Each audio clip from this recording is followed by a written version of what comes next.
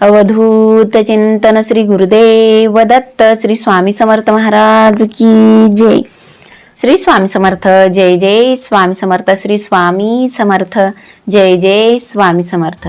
स्वामी तू माझा आधार या आपल्या चॅनलमध्ये सर्वांचं खूप खूप मनापासून स्वागत करते। तर आज मी तुम्हाला श्रावण सोमवारी महादेवाची पूजा कशी करावी याची विषयी माहिती सांगणार आहे। तर बघा, श्रावण महिना महादेवाला अतिशय प्रिय आहे। श्रावण महिना हा महादेवाला समर्पित आहे। या महिन्यात महादेवाची विशेष पूजा तसेच व्रत केल्याने महादेव आपल्यावर लवकर प्रसन्न होतात आणि आपल्याला इच्छित फळ देतात। आणि तसेच महादेव आणि देवी पार्वती यांची एकत्र पूजा केल्याने आपल्याला सौभाग्य लाभते आणि आर्थिक संकटे दूर होतात। तर श्रावण सोमवारी महादेवाची पूजा कशी करावी जाणून घेऊयात। तर सोमवारी सकाळी लवकर उठून अंघोळ करून आपल्याला स्वच्छ वस्त्र परिधान करायचे आहेत आणि त्यानंतर आपल्या देवघरासमोर बसण्यासाठी आसन घ्या आणि रोजची देवपूजा करून घ्या।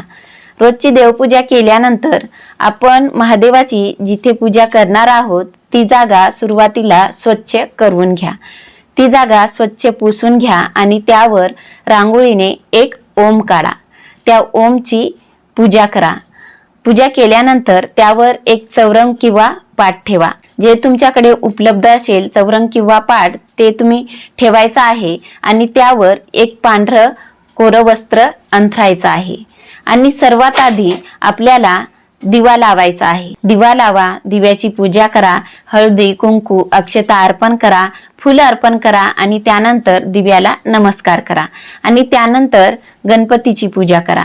2 विड्याची पानं घ्या, त्यावर एक नाणं ठेवा, त्यावर सुपारी ठेवा आणि त्या सुपारीची म्हणजेच गणपती बाप्पाची पूजा करा। चंदन लावा, अष्टगंध लावा, अक्षता अर्पण करा, फूल अर्पण करा आणि तुमच्याकडे जास्वंदाचं लाल फूल असेल तर तुम्ही जास्वंदाचं लाल फूल गणपती बाप्पाला नक्की अर्पण करा आणि त्यानंतर 21 दुर्वा अर्पण करा आणि गुळ आणि खोबऱ्याचा गणपती बाप्पाला नैवेद्य दाखवा आणि त्यानंतर गणपती बाप्पाला मनापासून नमस्कार करा। गणपतीची पूजा केल्यानंतर आपल्याला महादेवाची पूजा करायची आहे। तर सर्वात आधी एक तामण घ्या, त्या तामणामध्ये महादेवाची पिंड ठेवा आणि त्यानंतर आपल्याला अभिषेक करायचा आहे। तर सर्वात आधी आपल्याला पाण्याने अभिषेक करायचा आहे। शुद्ध पाणी घ्या आणि त्या पाण्याने महादेवाच्या पिंडीवर आपल्याला 11 वेळा किंवा 21 वेळा किंवा 51 किंवा 108 वेळा ओम नमः शिवाय या मंत्राचा जप करत आपल्याला अभिषेक करायचा आहे। पाण्याने अभिषेक करून झाल्यानंतर दुधाने किंवा पंचामृताने अभिषेक करायचा आहे। पंचामृताने अभिषेक करायचा असेल तर दूध, दही, तूप, मध आणि साखर हे 5 पदार्थ एकत्र करून त्यापासून पंचामृत बनते। तर पंचामृताने आपल्याला अभिषेक करायचा आहे। तर पंचामृताने अभिषेक करताना 11 वेळा, 21 वेळा किंवा 51 वेळा किंवा 108 वेळा ओम नमः शिवाय हा मंत्र बोलत आपल्याला अभिषेक करायचा आहे। पंचामृताने अभिषेक करून झाल्यानंतर पुन्हा एकदा महादेवाच्या पिंडीवर पाणी अर्पण करा। पाण्याने पिंड स्वच्छ धुवून घ्या आणि स्वच्छ कापडाने पिंड पुसून घ्या आणि जे अभिषेक केलेलं पाणी, दूध किंवा पंचामृत आहे ते आपण स्वतः आणि घरातील सर्व व्यक्तीने थोडं थोडं ते तीर्थ म्हणून ग्रहण करायचं आहे। या तीर्थाने आपले आजार बरे होण्यास मदत होते। त्यानंतर पाटावर किंवा चौरंगावर एक स्वच्छ ताट किंवा तामण घ्या, त्या पाटावर ठेवा आणि त्या ताटामध्ये थोडे तांदूळ ठेवा। बघा, तांदूळ हे अखंड असावेत। नेहमी कोणत्याही पूजेत तांदूळ हे अखंड असावेत, कारण आपण ज्याप्रमाणे ईश्वराला अखंड तांदूळ अर्पण करतो त्याचप्रमाणे ईश्वर सुद्धा आपल्याला अखंड आशीर्वाद देत असतात। म्हणून तांदूळ हे नेहमी अखंड असावेत। तुटके फुटके किंवा खराब झालेले तांदूळ नसावेत। तांदूळ नेहमी स्वच्छ आणि अखंड असावेत। तर त्या ताटामध्ये थोडे तांदूळ ठेवा, त्यावर महादेवाची पिंड ठेवा आणि त्यानंतर महादेवाची पूजा करा। महादेवाला अत्यंत प्रिय असलेले भस्म, चंदन तसेच धोत्र्याचे फूल, फळ, पारिजातकचे फूल, पांढरे फूल आणि अक्षता आणि बेलाचे पान अर्पण करा। बघा, या दिवशी महादेवाच्या पिंडीवर आपल्याला 108 बेलाचे पान अर्पण करायचे आहेत. पान अर्पण करताना आपल्याला ही काळजी घ्यायची आहे की ते पान स्वच्छ असावेत. कुठेही तुटलेले किंवा फाटलेले किंवा देठ नसलेले पान हे महादेवाला अर्पण करू नये. आणि बेलाचे पान महादेवाच्या पिंडीवर अर्पण करताना आपल्याला ते पान आपल्या हातामध्ये घेऊन ओम नमः शिवाय हा मंत्र बोलत आपल्याला ते बेलाचं पान महादेवाच्या पिंडीवर पालथं ठेवायचं आहे. अशा पद्धतीने आपल्याला सर्व पान म्हणजेच मंत्र बोलत आपल्याला 108 बेलाचे पान आपल्याला महादेवाच्या पिंडीवर अर्पण करायचे आहेत. आणि जर तुमच्याकडे 108 बेलाचे पान नसतील, तुम्ही या दिवशी 108 बेलाचे पान अर्पण करू शकत नसाल, तर तुम्ही त्याऐवजी 108 तुम्ही पारिजातकचे फूल घेऊ शकता किंवा पांढरे फुलं तुम्ही 108 मोजून घेऊ शकता. आणि अर्पण करताना एक फूल आपल्या हातामध्ये घ्या आणि ओम नमः शिवाय हा मंत्र बोलून आपल्याला महादेवाच्या पिंडीवर ते फूल अर्पण करायचं आहे.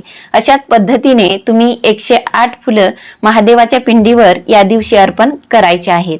आणि जर तुमच्याकडे शिव आणि पार्वती यांचा परिवार एकत्र असलेला फोटो जर तुमच्याकडे असेल, तर तो फोटो पूजेमध्ये नक्की ठेवा आणि त्याची मनोभावे पूजा करा. आणि सर्व पूजा करून झाल्यानंतर आपल्याला महादेवाच्या पिंडीवर शिवमूठ अर्पण करायचे आहे. तर महादेवाच्या पिंडीवर शिवमूठ अर्पण कशी करावी, तर पहिल्या सोमवारी शिवमूठ आहे तांदूळ.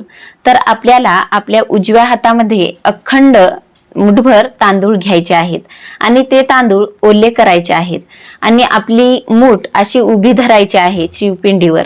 आणि त्यानंतर आपल्याला एक मंत्र बोलायचा आहे. तर तो मंत्र मी तुम्हाला स्क्रीनवर देते.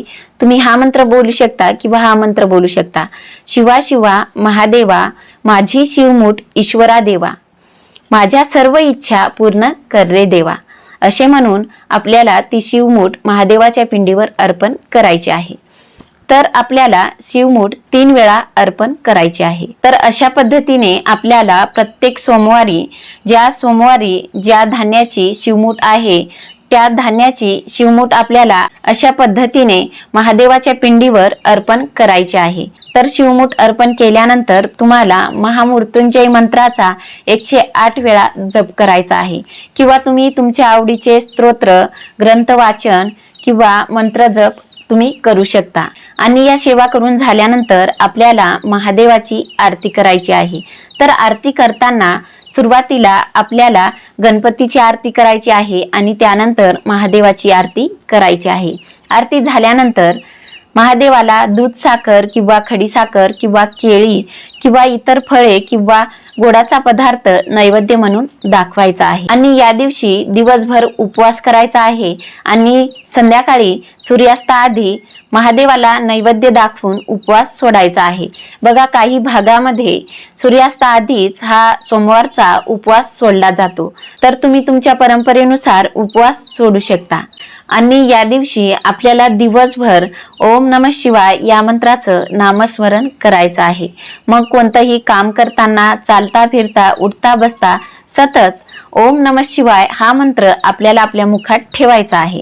सतत या मंत्राचं नामस्मरण करायचं आहे. तर बघा, श्रावण महिन्यातील सोमवारी आपण हे व्रत केल्याने महादेव आणि देवी पार्वती यांची अखंड कृपा आपल्यावर राहते आणि आपले आयुष्य धनधान्याने भरून जाते आणि आपल्या आयुष्यातील समस्या, अडचणी दूर होतात. म्हणून श्रावण महिन्यात महादेवाची पूजा करणे आवश्यक आहे. आणि जर तुमच्याकडे महादेवाची पिंड नसेल तर मग थोडी वाळू घ्या, ती वाळू स्वच्छ धुवून घ्या आणि एका ताटामध्ये त्या वाळूपासून महादेवाची पिंड तयार करा आणि अशाच पद्धतीने महादेवाची पूजा करा. आणि तसेच श्रावण महिन्यातील सोमवारी महादेवाच्या मंदिरात जाऊन महादेवाचे दर्शन नक्की घ्या. तसेच श्रावण महिन्यात दररोज ओम नमः शिवाय किंवा महामृत्युंजय मंत्राचा तुम्हाला 108 वेळा जप नक्की करायचा आहे. बघा, हे मंत्र अतिशय प्रभावशाली आहेत.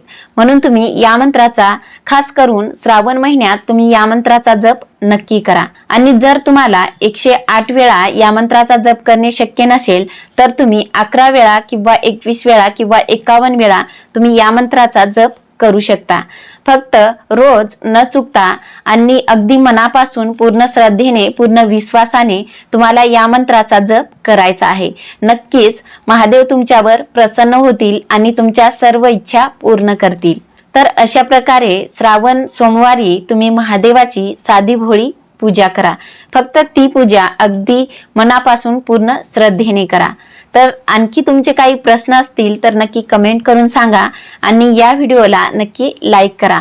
आणि स्वामी तू माझा आधार या आपल्या चॅनलवर जर तुम्ही नवीन असाल तर असेच नवनवीन व्हिडिओ बघण्यासाठी स्वामी तू माझा आधार या आपल्या चॅनलला नक्की सबस्क्राईब करा. तर भेटूया अशाच एका नवीन विषयावर पुढच्या व्हिडिओमध्ये. धन्यवाद. श्री स्वामी समर्थ. जय जय स्वामी समर्थ. श्री स्वामी समर्थ. जय जय स्वामी समर्थ.